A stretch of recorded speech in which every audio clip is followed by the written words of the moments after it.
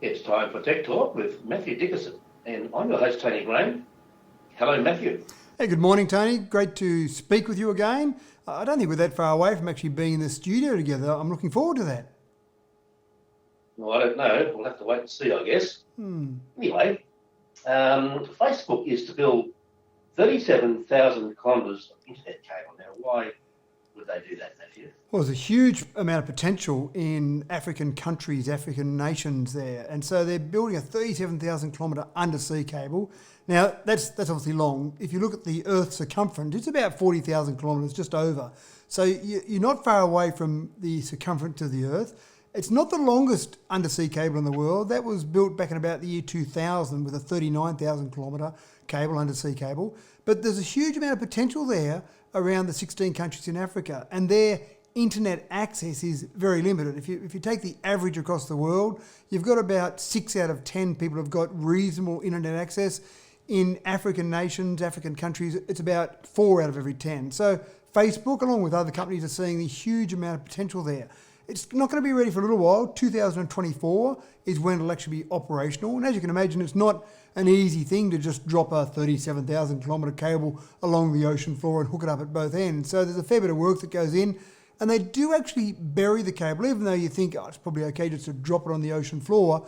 There have been incidents in the past where, for example, a ship might drop an anchor at sea and they snag a cable. And so you can imagine the fun job it would be to come along and just re-splice those cables, will you, underneath the ocean, out in the middle somewhere, find where the break is and then re-splice those fibre optic cables together. I can't imagine that's an average job. You go down to your local JCar or Tandy's and buy a couple of parts and stick it together. So they're burying this one deeper than they've buried ones before to try and make sure it's protected and to keep that link up.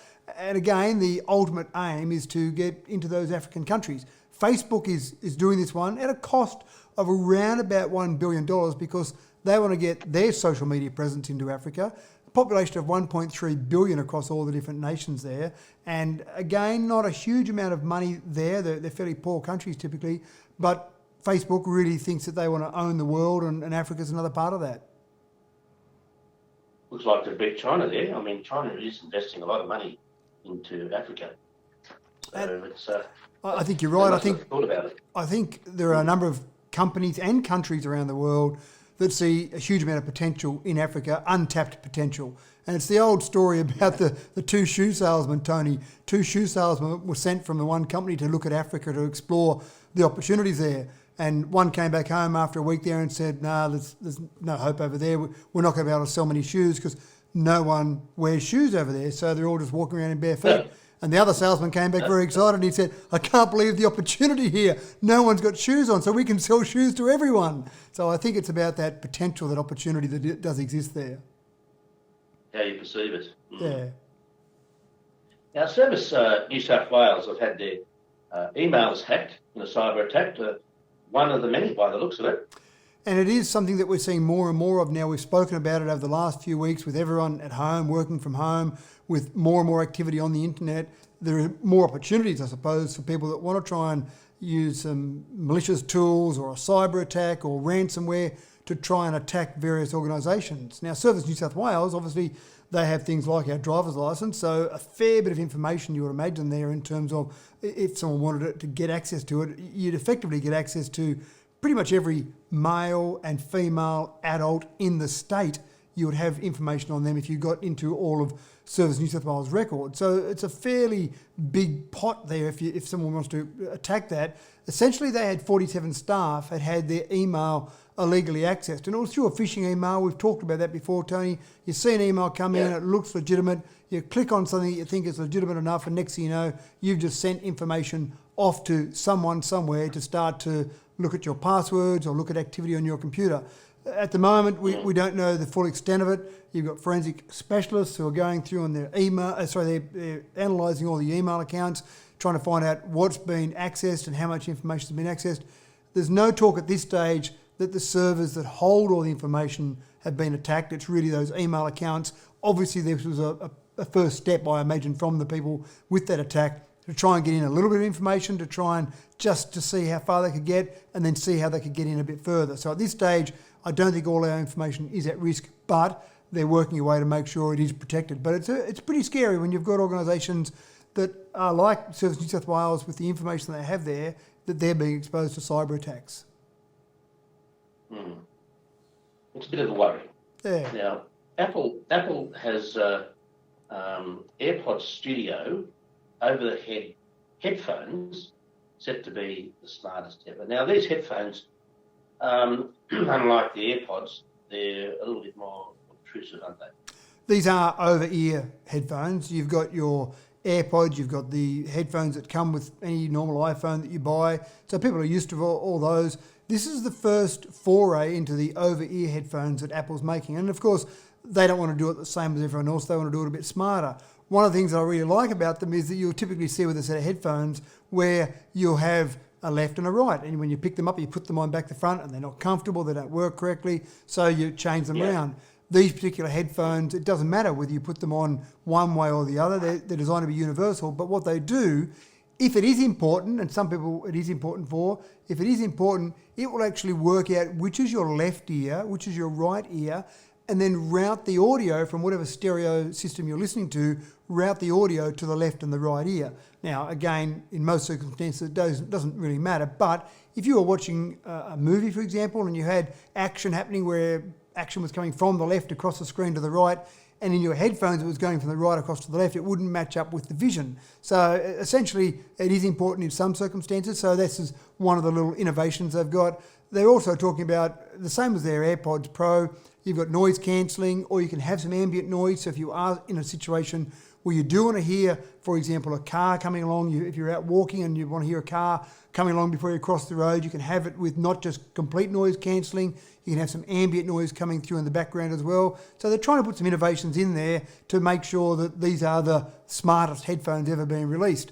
They also have the ability for the headphones, the same as AirPods, to detect when they're on the ear or not. So if you take them off and drop them around your neck, like some people do, have a quick conversation with someone, order your coffee, whatever it might be, they'll detect that, they'll stop the song, and then when you put them back on, they'll start playing again. So again, innovation. I like the idea that there's companies out there trying to do things better, trying to keep pushing the envelope.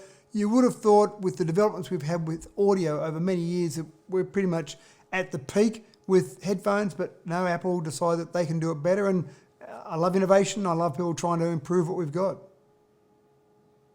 Next thing they'll make them for left-handed people, I guess. Well, I've got a son who's deaf in one ear. So whenever he's listening to anything, music, whatever he might be doing, he's obviously got to turn it on to mono so he doesn't miss out what might be there. So I'm sure they're probably working on things for people that have got some different hearing impairments. Now, Elon Musk's people-moving tunnels, which I think we talked about a couple of years back, they're right on schedule. So I wonder how they're going, though. Well, this is really interesting. I remember the first time I went to a major conference. I spoke at a Microsoft conference in LA 15 years ago or more. And I remember specifically getting into the taxi at my motel and I said, take me to the LA Convention Centre. And he said, which door are you in? I said, oh, look, it doesn't matter. Just take me there. I'll find where it is. And he said, no, look up on your schedule which door you're going to because it's about a mile from one end of the convention centre to the other. And I thought he was exaggerating a bit, but I don't think he was. It was huge. It took a fair amount of time to walk from one side of the convention centre to the other. Now, this one in particular, the Boring Company, Elon Musk's the most boring name in the world, the Boring Company, he's completed 2 tunnels under the Las Vegas Convention Centre. I've been there as well, and it's, from memory, not quite as big as the LA one, but still quite large. They talk about 15 minutes to walk from one side of the convention centre to the other. So the Boring Company has bored effectively 2 tunnels underneath the convention centre, and it's really designed specifically for just transport of people around the convention centre. And I think from Elon's perspective, it's really a bit of a testing out the concept, a proof of concept, if you like. And so they're trying to get it ready for the Consumer Electronics Show for January next year. We hope that will go ahead. There will be some question marks about that, international travel, etc. But they're still aiming for that. And the idea is instead of taking 15 minutes to walk from one side of the convention centre to the other, it will take about a minute. They're talking about 250 kilometres an hour. The chassis that will be used is somehow, and I haven't seen pictures of this, but somehow a modified chassis of a Model 3 or a Model X Tesla. So somehow that will be used. It'll carry groups of about 12 to 16 passengers in one pod, and again, designed to get you from one part of the convention centre to another. And obviously there'll be a couple of stops, a couple of stations, if you want to call them that, along the way, so you'll be able to go to just another part of the convention centre. So it's just something where I think we'll see some proof of concept. I think we'll see people using it and experimenting with it. And then I assume that the Boring Company's next concept will be, let's start to use these for large-scale movement of people, rather than at the moment they're planning on a maximum of about 4,000 people an hour they might move around with this system. Great. You've been listening to Tech Talk with Mathew Dickerson on Binjang 91.5. I'm your host, Tony Graham. Stay tuned this afternoon, 3:40 p.m, for the next edition, and it's back to the great music and community information on Binjang. Thanks, Tony.